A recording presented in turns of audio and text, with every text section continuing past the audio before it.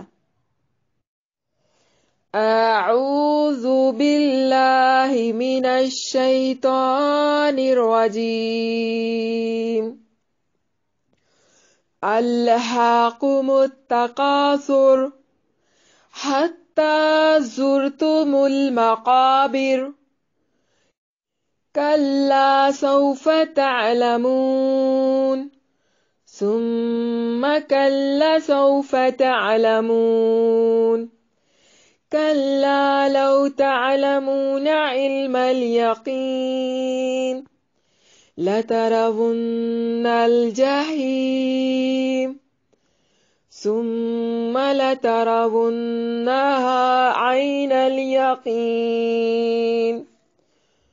ثم لتسألن يومئذ عن النعيم. أعوذ بالله من الشيطان الرجيم. بسم الله الرحمن الرحيم.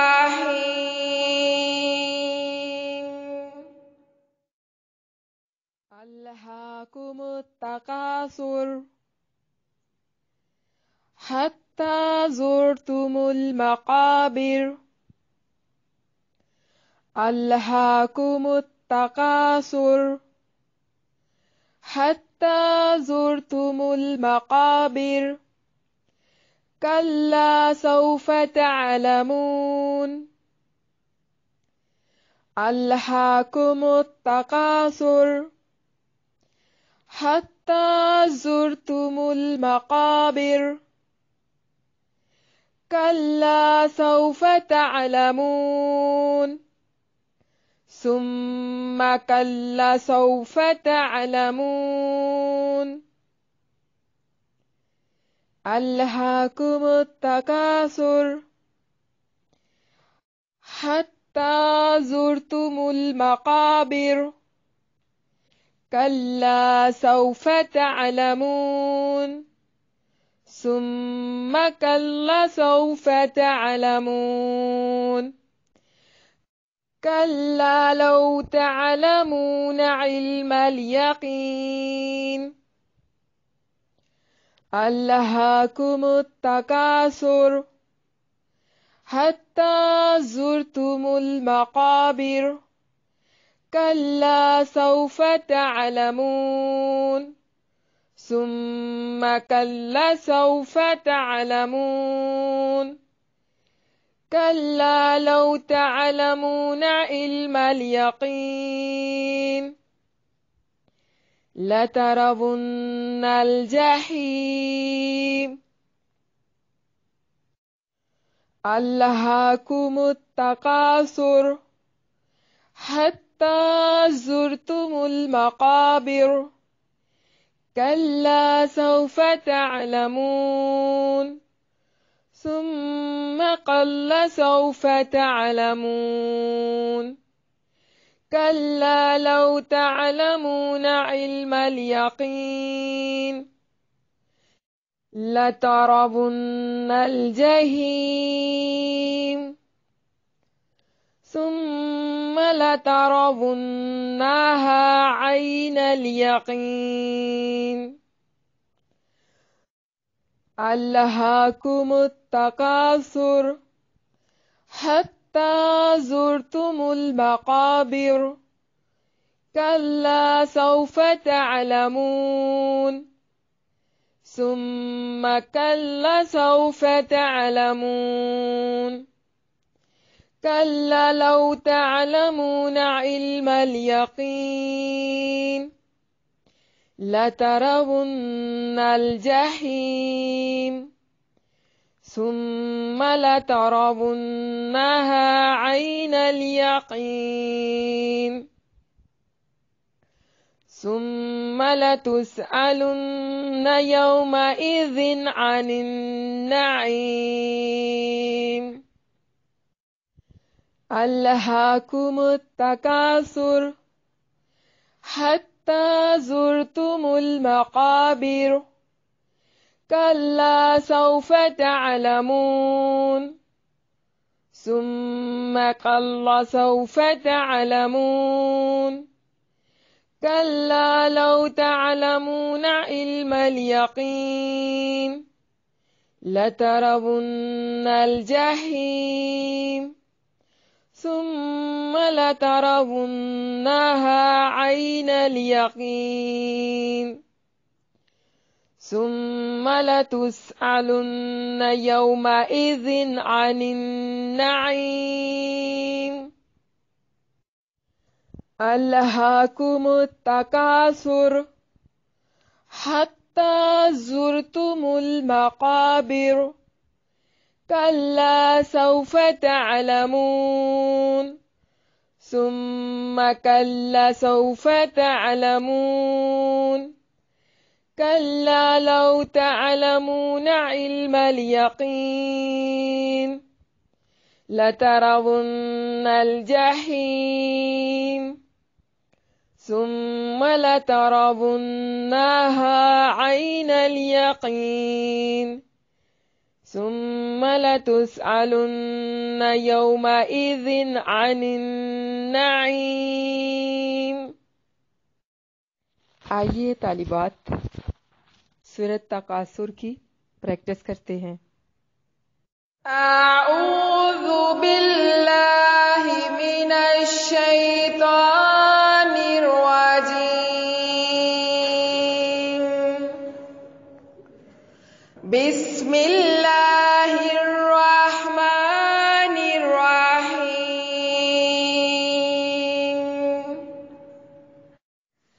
الہاکم التکاثر الہاکم التکاثر الہاکم التکاثر الہاکم التکاثر الہاکم التکاثر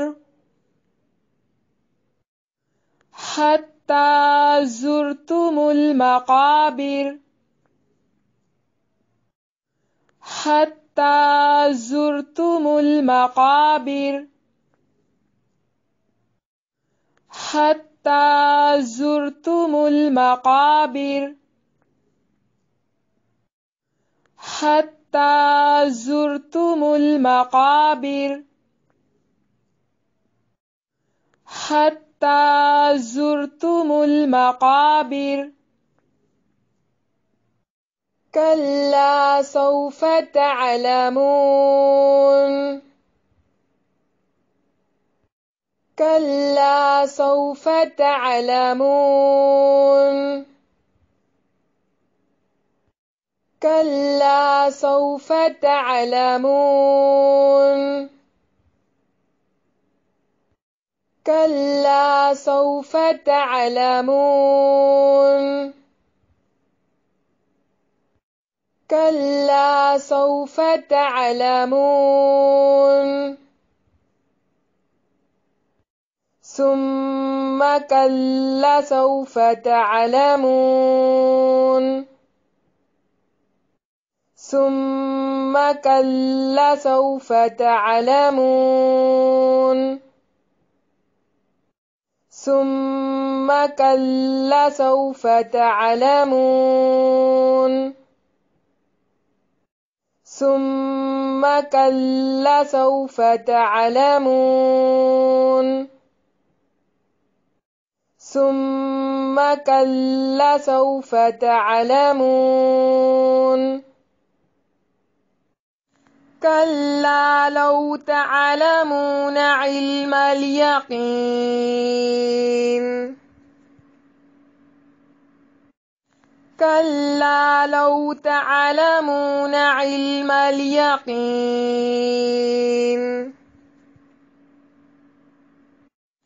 كلا لو تعلمون علم اليقين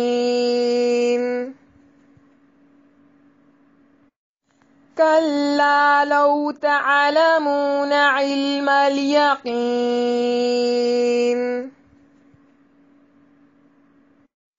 كلا لو تعلمون علم اليقين لترون الجحيم لترون الجحيم لترون الجحيم لترون الجحيم لترون الجحيم ثم لترونها عين اليقين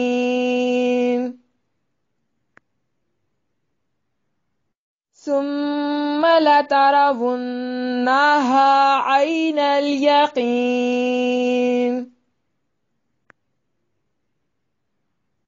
ثم لترونها عين اليقين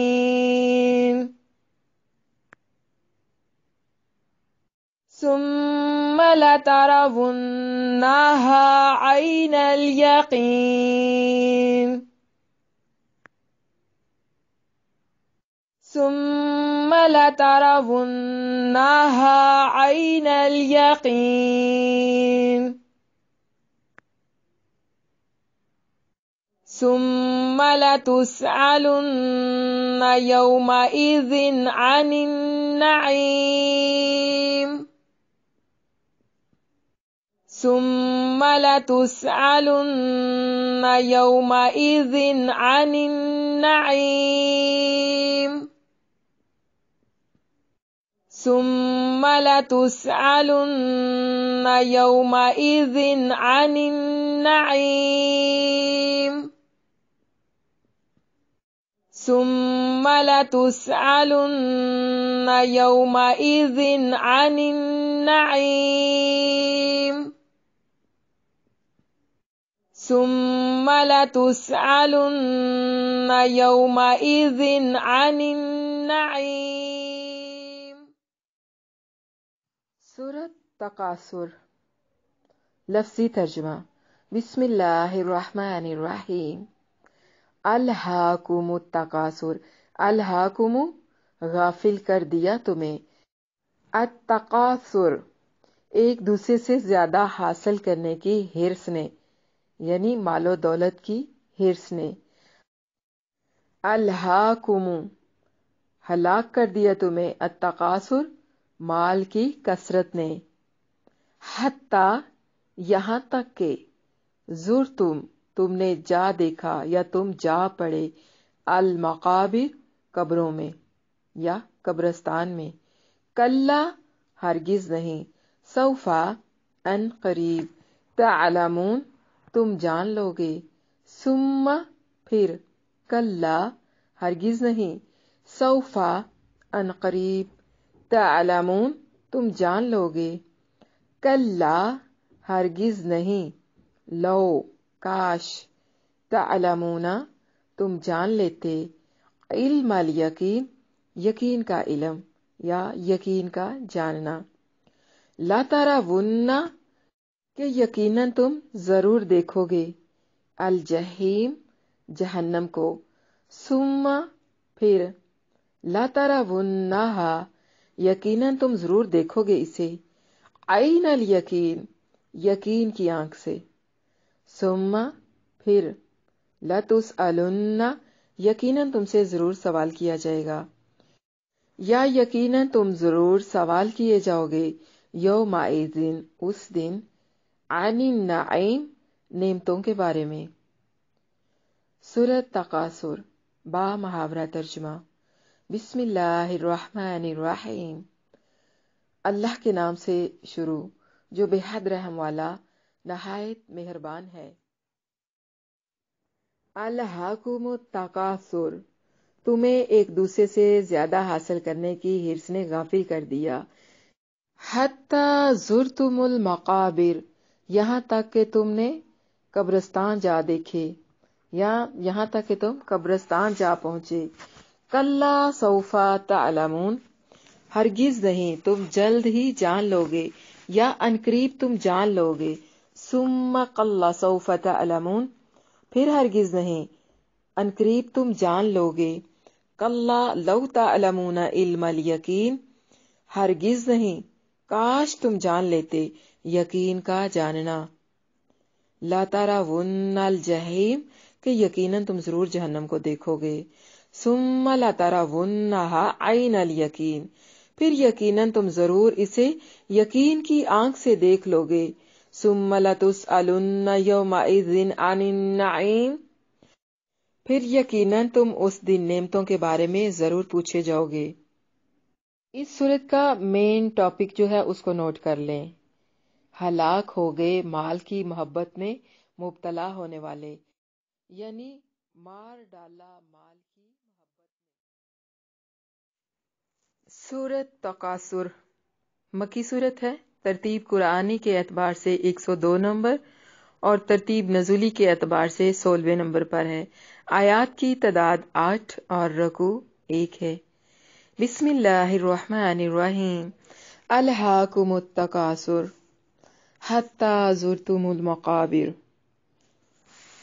تمہیں ایک دوسرے سے زیادہ حاصل کرنے کے حرص نے غافل کر دیا، یہاں تک کہ تم نے قبرستان جا دیکھے، یعنی غفلت میں ڈال دیا تمہیں، ہلاک کر دیا تمہیں مال و دولت کی حرص نے، یہاں تک کہ تم میری میری میری میری، یہ بنا لوں وہ بنا لوں، یہ چیز حاصل کر لوں وہ چیز حاصل کر لوں، یہی کرتے کرتے، یعنی میری میری کرتے کرتے قبروں میں جا پہنچے۔ حضرت ابو مطرف رضی اللہ عنہ فرماتے ہیں کہ میں رسول اللہ صلی اللہ علیہ وسلم کے پاس آیا، آپ صلی اللہ علیہ وسلم الہاکم التکاثر، یہ والی جو سورت تھی اس کی تلاوت فرما رہے تھے۔ آپ صلی اللہ علیہ وسلم نے فرمایا، یقول ابن آدم مالی مالی، یہ بالکل وہی بات ہے جو ابھی میں نے یہاں پر کی کہ انسان میری میری میرا میرا کرتا قبروں میں جا پہنچتا ہے۔ یہی حدیث اللہ کے نبی صلی اللہ علیہ وسلم فرما رہے ہیں، یقول ابن آدم مالی مالی، قال وهل لك یا ابن آدم من مالک الا ما اکلت فافنیت او لبست فابلیت او تصدقت فامدیت۔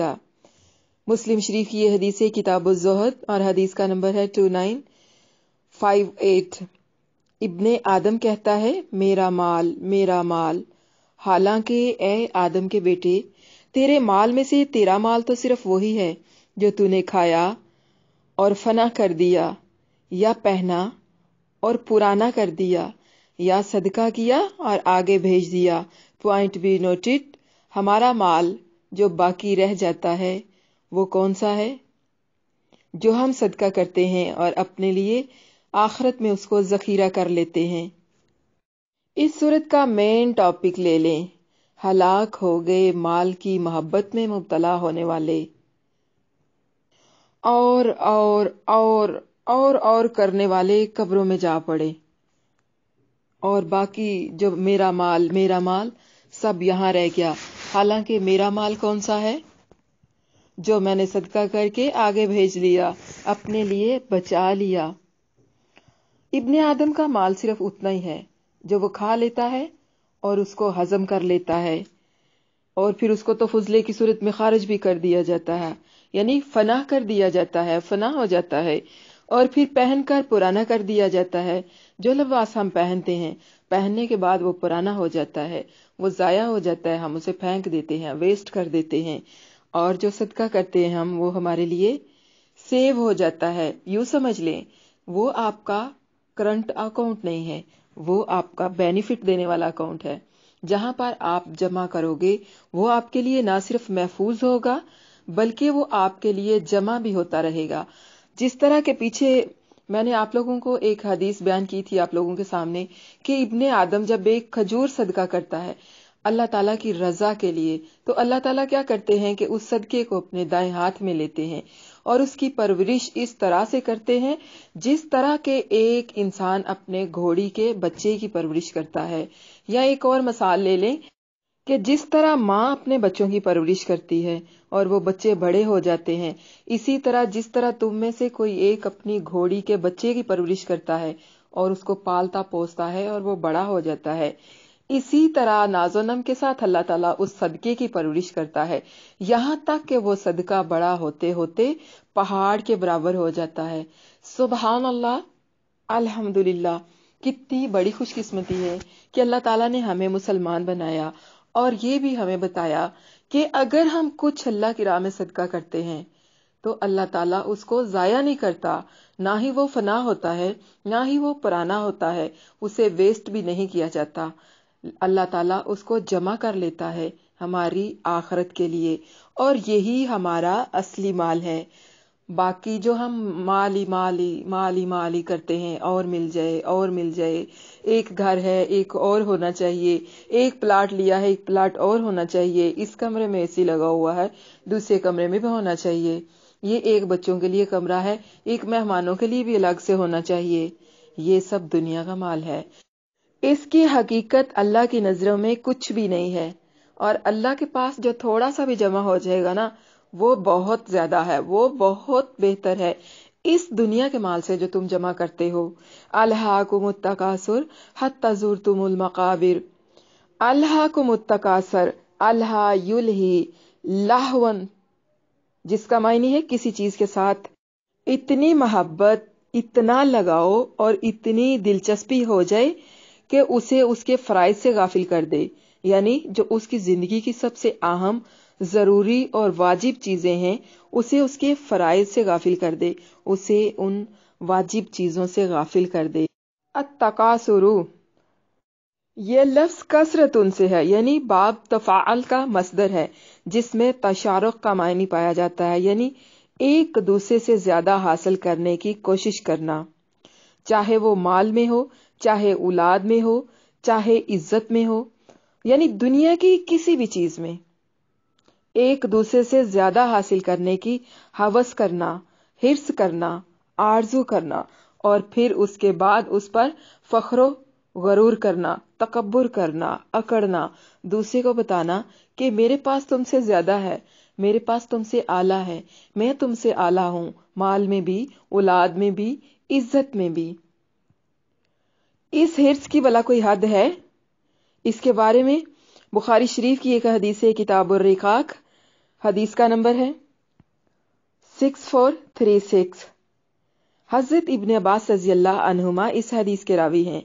حضرت ابن عباس رضی اللہ عنہما روایت کرتے ہیں کہ رسول اللہ صلی اللہ علیہ وسلم نے فرمایا، جس طرح کہ ابھی کچھ دیر پہلے میں نے آپ کو اس کے بارے میں بتایا بھی ہے، تھوڑی سی اس کی وضاحت پہلے بھی کر چکی ہوں، کہ اللہ کے رسول صلی اللہ علیہ وسلم نے فرمایا، لو کانا لابن آدم وادیان من مال لابتغى ثالثا ولا يملأ جوف ابن آدم الا التراب ويتوب الله على من تاب۔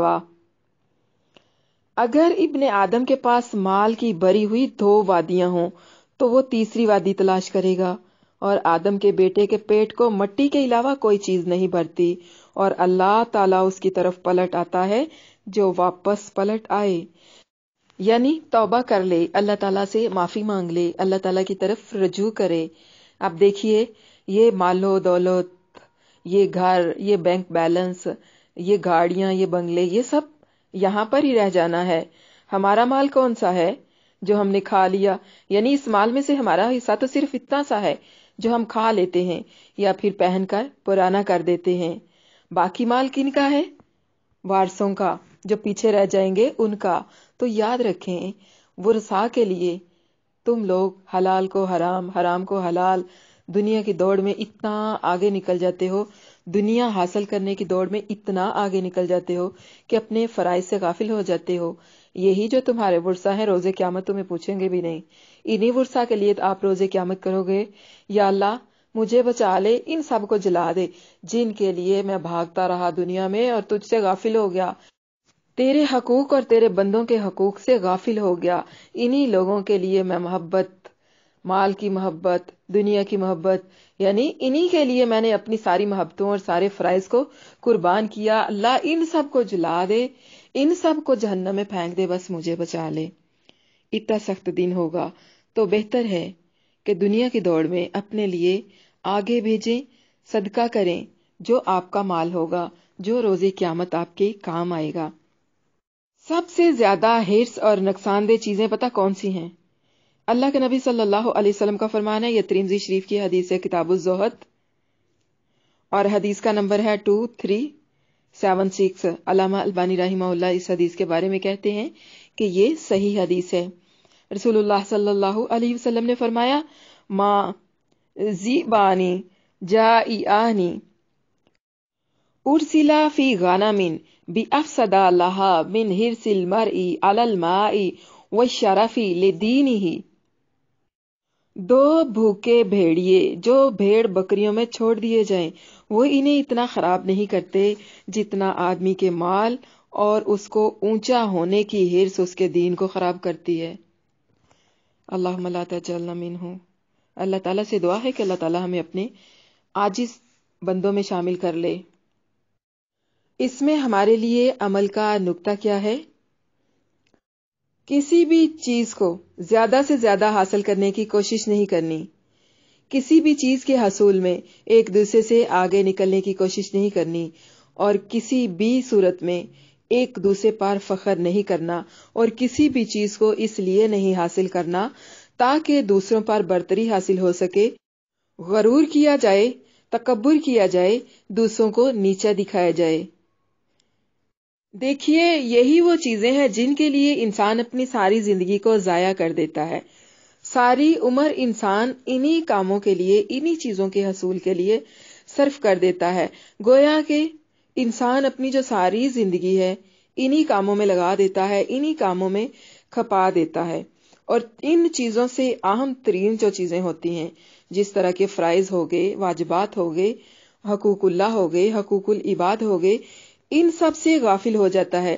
یعنی مال کی ہوس اس کے اندر اتنی بڑھ جاتی ہے کہ اس کی توجہ جو ہے وہ ان تمام چیزوں سے ہٹ جاتی ہے. اللہ تعالیٰ کی یاد، اخلاقی حدود، ان کی پابندی کرنا، حقداروں کو ان کے حق دینا، اور پھر سب سے بڑھ کر جو بات ہے وہ اپنی آخرت کی فکر کرنا ہوتا ہے.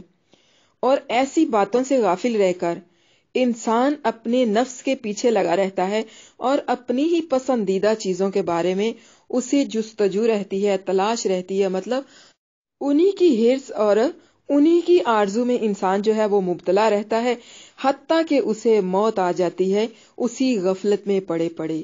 تو ان لوگوں کے لیے کہا گیا ہے الہاکم التکاثر، کہ غفلت میں ڈال دیا، غافل کر دیا ان کو مال کی ہوس نے. اور کون لوگ؟ اور یہی لوگ، ان کا انجام کیا ہوتا ہے؟ حتی زرتم المقابر، میرا مال میرا مال، میرا گھر میرا گھر، میری میری، اور کرتے قبروں میں جا سوتے ہیں. زرتم لفظ ہے زارا یا زورو زیارتن، ملنے کے لیے جانا. المقابرہ مقبرتن، یعنی یہ مقبرتن کی جمع ہے، جو قبرہ یقبرو قبرن، اس سے دفن کرنا، اسم ظرف ہے. دفن کی جگہیں کون سی ہوتی ہیں؟ قبرستان. زرتم المقابر، قبرستان جا دیکھے، قبرستان میں جا پڑے یا قبرستانوں میں جا سوئے. اس کا مطلب یہ ہے کہ تمہاری موت آ گئی اور تم غافل تھے، یعنی موت آنے تک یہ غفلت تم پر طاری رہی، بلکہ جیسے جیسے تمہاری موت قریب آتی گئی ویسے ویسے ہی تم پر غفلت کا نشہ بھی زیادہ چڑھتا گیا. بعض روایات میں اس طرح سے ذکر ملتا ہے جن کی صحت کے بارے میں اللہ سے بہتر کوئی نہیں جانتا. یعنی اس روایت کی سند کیسی ہے نہیں معلوم. ایک دفعہ ایک قبیلے کے دو آدمی اپنے اپنے قبیلے کی کثرت تعداد پر فخر کر رہے تھے. جب گننے پر ایک قبیلہ کے آدمی دوسرے سے کم نکلے تو شکست خوردہ قبیلہ کہنے لگا کہ ہمارے اتنے آدمی فلاں فلاں لڑائی میں مارے جا چکے ہیں، بے شک چل کر قبریں گن لو، یعنی قبریں شمار کر لو، وہاں پر جا کر گن لو تاکہ تمہیں پتہ چل جائے کہ ہماری تعداد تم سے کتنی زیادہ تھی، اور یہ بھی کہ ہم لوگوں میں کتنے کتنے اونچے ناموں والے، کتنے کتنے نامور اور رئیس لوگ تھے۔ یہ کہہ کر پھر وہ لوگ قبریں شمار کرنے لگے۔ ان کی اس جہالت پر ان کو خبردار کرنے کے لیے اللہ تعالیٰ نے اس سورت کو نازل فرمایا۔ اس روایت کی صحت کے بارے میں ہمیں نہیں علم، ہم اس کے بارے میں نہیں معلوم کر سکے، لیکن اس کا ایک پہلو جو ہے اس کی وضاحت اس حدیث سے ہو جاتی ہے کہ ابن آدم کہتا ہے میرا مال میرا مال۔ ابھی سبق کے شروع میں ہم نے اس حدیث کو پڑھا بھی ہے، یعنی اللہ کے رسول صلی اللہ علیہ وسلم نے فرمایا، بخاری شریف کی یہ حدیث ہے، کتاب الرقاق، اور حدیث کا نمبر ہے 6421۔ رسول اللہ صلی اللہ علیہ وسلم نے فرمایا، یکبر ابن آدم و یکبر معہ اثنتان حب المال و طول العمر، کہ آدمی بڑا ہوتا جاتا ہے اور اس کے ساتھ دو چیزیں بڑی ہوتی جاتی ہیں، مال کی محبت اور لمبی عمر کی محبت۔ تو ان حدیث مبارکہ سے اس روایت کے پہلوؤں کی خوب وضاحت ہو جاتی ہے۔ الہاکم التکاثر حتی زرتم المقابر، تمہیں ایک دوسرے سے زیادہ حاصل کرنے کی حرص نے غافل کر دیا، یہاں تک کہ تم نے قبرستان جا دیکھے۔ کلا سوف تعلمون، ہرگز نہیں تم جلدی جان لوگے۔ ثم کلا سوف تعلمون، پھر ہرگز نہیں تم جلدی جان لوگے۔ کلا لو تعلمون علم الیقین، ہرگز نہیں کاش تم جان لیتے یقین کا جاننا۔ لا ترون الجحیم، کہ یقیناً تم ضرور جہنم کو دیکھو گے۔ ثم لا ترونها عین الیقین، پھر یقیناً تم اسے یقین کی آنکھ سے دیکھ لو گے۔ تمہیں ایک دوسرے سے زیادہ حاصل کرنے کی حرص نے غافل کر دیا کہ یہاں تک تم قبروں میں جا پہنچے۔ ہرگز نہیں تم جلدی جان لو گے، پھر ہرگز نہیں تم جلدی جان لو گے، ہرگز نہیں کاش تم جان لیتے یقین کا جاننا، کہ یقیناً تم ضرور جہنم کو دیکھو گے، پھر یقیناً تم اسے یقین کی آنکھ سے دیکھ لو گے۔ یہاں پر پل صراط سے گزرنے اور جہنم کو دیکھنے کی بات کی جا رہی ہے۔ یعنی آج تو تم بہت زیادہ غافل ہو، حرص و حوث میں پڑے ہوئے ہو، اپنے حقوق و فرائض سے غافل ہو چکے ہو، تو سنبھل جاؤ، سدھر جاؤ، عنقریب تم اپنی غفلت کا انجام دیکھ لو گے۔ یہ بات بار بار اللہ تعالیٰ نے تاکید کے لیے دہرائی ہے تاکہ تم لوگوں کو یقین آ جائے۔ کلا لو تعلمون علم الیقین لا ترون، را یا را رویتن، یعنی یہ یقین کی آنکھ سے دیکھنا جمع حاضر فعل مضارع معلوم بانون تاکید ثقیلہ ہے، یعنی تم ضرور دیکھو گے۔ تاکید کے لیے کہا گیا ہے کہ تم ضرور ہی دیکھو گے، یعنی چاہے مسلمان ہو چاہے کافر ہو، کوئی بھی ہو، تم جہنم کو ضرور دیکھ لو گے۔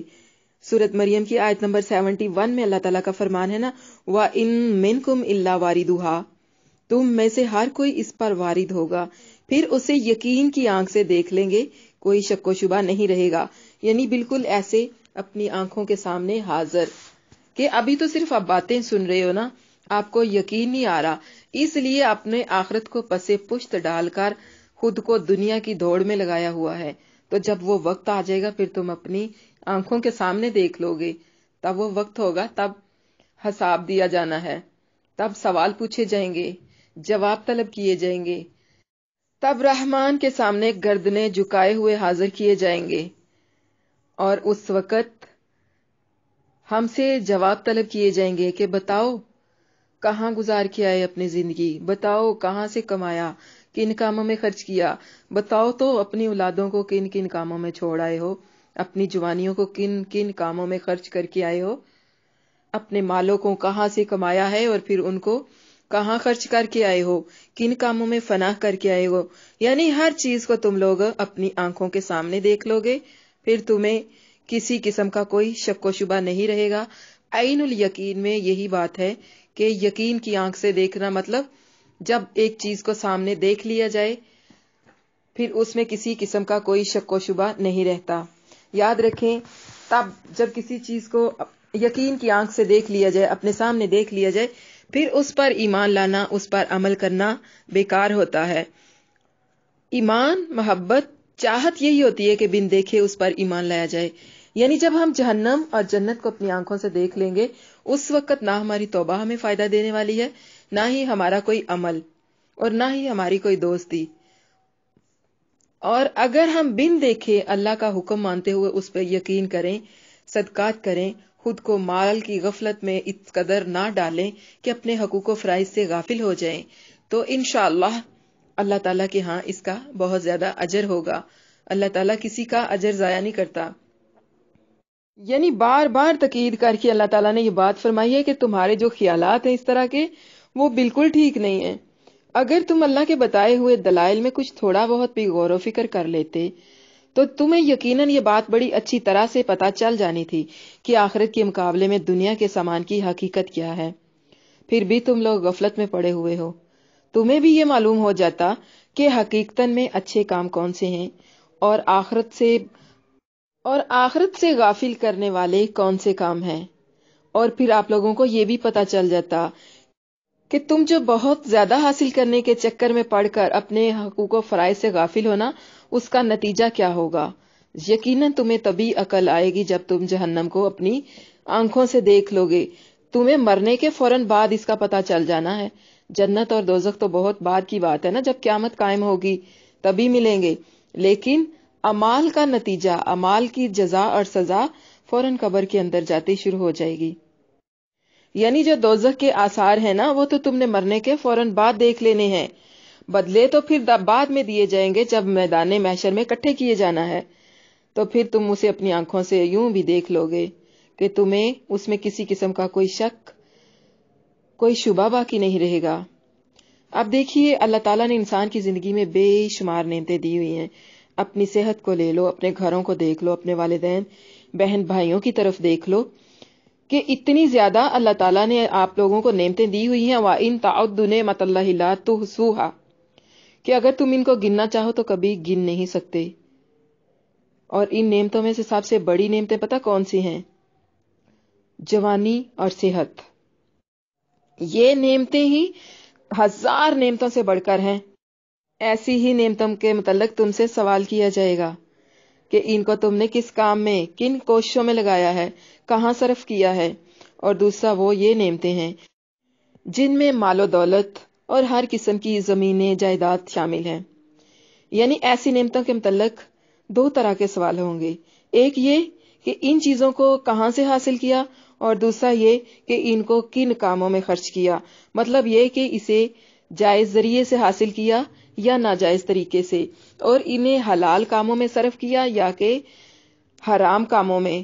حالانکہ اللہ تعالیٰ سب کچھ بہت اچھی طرح سے جانتا ہے، پھر بھی سوال کیا جائے گا۔ سیدنا ابو ہریرہ رضی اللہ عنہ سے روایت ہے کہ جب یہ آیت نازل ہوئی تو صحابہ کرام رضی اللہ عنہم نے رسول اللہ صلی اللہ علیہ وسلم سے کہا، یا رسول اللہ صلی اللہ علیہ وسلم، کون سی نعمت کا ہم سے سوال ہوگا؟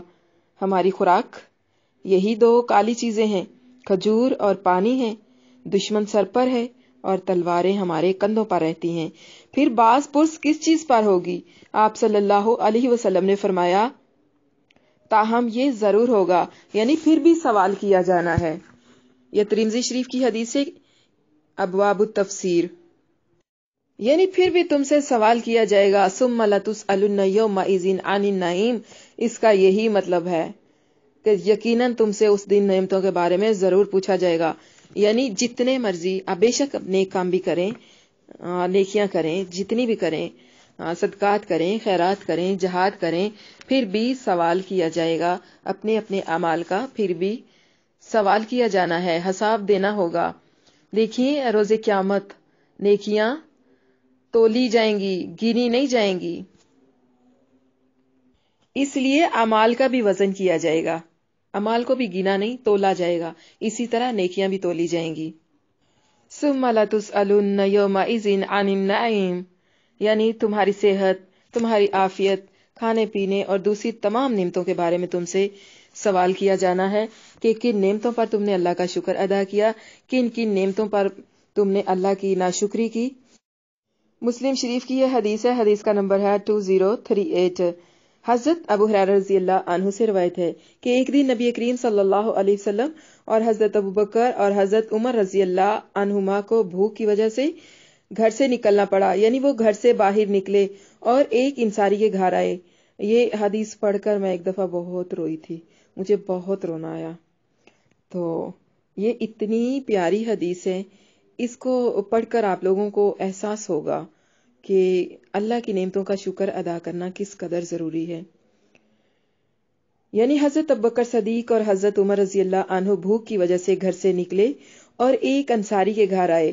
اس نے مہمانی میں کھجوریں اور بکری کا گوشت پیش کیا۔ آپ صلی اللہ علیہ وسلم نے گوشت اور کھجوریں کھائیں اور اوپر سے شیریں پانی پیا۔ خوب سیر ہو چکے تو آپ صلی اللہ علیہ وسلم نے فرمایا، والذی نفسی بیدہ لا تسألن عن ھذا النعیم یوم القیامہ، اس ذات کی قسم جس کے ہاتھ میں میری جان ہے، تم سے قیامت کے دن اس نعمت کے بارے میں بھی سوال ہوگا۔ حضرت عمر رضی اللہ عنہ کی سیرت میں نے اس حدیث کو پڑھا تھا پہلے بھی، کہ شدید گرمی کا موسم تھا، بھوک کی شدت نے حضرت ابوبکر صدیق اور حضرت عمر رضی اللہ عنہ کو گھر سے نکالا، اور اسی بھوک کی شدت کو اللہ کے نبی صلی اللہ علیہ وسلم نے گھر سے نکالا۔ جب اللہ کے نبی صلی اللہ علیہ وسلم نے حضرت ابوبکر اور حضرت عمر کو دیکھا تو ان سے پوچھا کہ اے ابوبکر عمر، اتنی سخت دوپہر میں تمہیں کس چیز نے گھر سے باہر نکال دیا ہے؟ تو حضرت ابوبکر صدیق اور حضرت عمر فاروق رضی اللہ عنہ کہنے لگے، اللہ کے نبی بھوک نے۔ اور پھر ساتھ ہی یہ سوال کر دیا کہ اللہ کے نبی صلی اللہ علیہ وسلم، ہمیں تو بھوک نے گھر سے نکلنے پر مجبور کر دیا ہے، تو آپ کو کس چیز نے اتنی بھری سخت دوپہر میں باہر نکلنے پر مجبور کر دیا؟ تو اللہ کے نبی صلی اللہ علیہ وسلم نے فرمایا، واللہ بیدہ، قسم ہے اس ذات کی جس کے قبضہ میں میری جان ہے، محمد صلی اللہ علیہ وسلم کی جان ہے، مجھے بھی اسی بھوک نے گھر سے نکلنے پہ مجبور کر دیا۔ اور پھر آپ صلی اللہ علیہ وسلم ان کو لے کر، یعنی تینوں، حضرت ابو ایوب انصاری کے گھر آئے۔ انہوں نے آپ لوگوں کی مہمان نوازی کی، بکری کا گوشت بھی دیا، تار اور خشک کھجوریں بھی، دودھ بھی دیا۔ حضرت ابوبکر صدیق اور حضرت عمر فاروق رضی اللہ عنہما بڑی رغبت کے ساتھ کھانا کھا رہے تھے، اور ان کی آنکھوں سے آنسو بہ رہے تھے، اور آنسو ان کی داڑھیوں کو تر کر رہے تھے۔ تبھی اللہ کے نبی صلی اللہ علیہ وسلم نے ان کی طرف دیکھا اور ان سے کہا، اس ذات کی قسم جس کے ہاتھ میں میری جان ہے، تم سے قیامت کے دن اس نعمت کے بارے میں بھی سوال کیا جائے گا، یعنی یہی وہ نعمتیں ہیں جن کے بارے میں تم سے روز قیامت پوچھا جانا ہے۔ تو ابھی تمہارے پاس وقت ہے، اصلاح کر لیجئے۔ کل روز قیامت جب آپ چاہیں گے کہ ہم توبہ کر لیں، پلٹ جائیں اور وہ عمل کریں جو اللہ چاہتا ہے، تب وقت نہیں دیا جائے گا، تب سوائے حسرتوں کے کچھ بھی نہیں ملے گا۔ تمہیں ایک دوسرے سے زیادہ حاصل کرنے کی حرص نے غافل کر دیا، یہاں تک کہ تم نے قبرستان جا دیکھے۔ ہرگز نہیں تم جلدی جان لو گے، پھر ہرگز نہیں تم جلدی جان لو گے، ہرگز نہیں، کاش تم جان لیتے، یقین کا جاننا کہ یقیناً تم ضرور جہنم کو دیکھو گے، پھر یقیناً تم ضرور اسے یقین کی آنکھ سے دیکھ لو گے، پھر یقیناً تم اس دن نعمتوں کے بارے میں ضرور پوچھے جاؤ گے۔ آج کے سبق کو لے کے کچھ پوائنٹ نوٹ کر لیں، اس دعا کے ساتھ کہ یا اللہ بغیر حساب و کتاب کے جنت میں داخل کر دینا۔ اللہ کے احسانوں کا شکریہ ادا کرنا ہے، دنیا کے مال سے محبت نہیں کرنی، دنیا کی رنگینی میں کھو کر آخرت کو نہیں بھولنا، آخرت کی فکر کرنی ہے، آخرت کو ضائع نہیں کرنا، دنیا پر آخرت کو ترجیح دینی ہے، جہنم کی سزاؤں سے پناہ مانگنی ہے، اور اللہ کی جنت کی تمنا کرنی ہے، اللہ تعالیٰ سے جنت کے لیے دعا کرنی ہے۔ سبحان ربک رب العزت عما یصفون والسلام علی المرسلین والحمد للہ رب العالمین۔ رب اغفر وارحم وانت خیر الراحمین، وصلی اللہ وسلم وبارک علی نبینا محمد وعلی آلہ واصحابہ اجمعین، آمین ثم آمین یا رب العالمین۔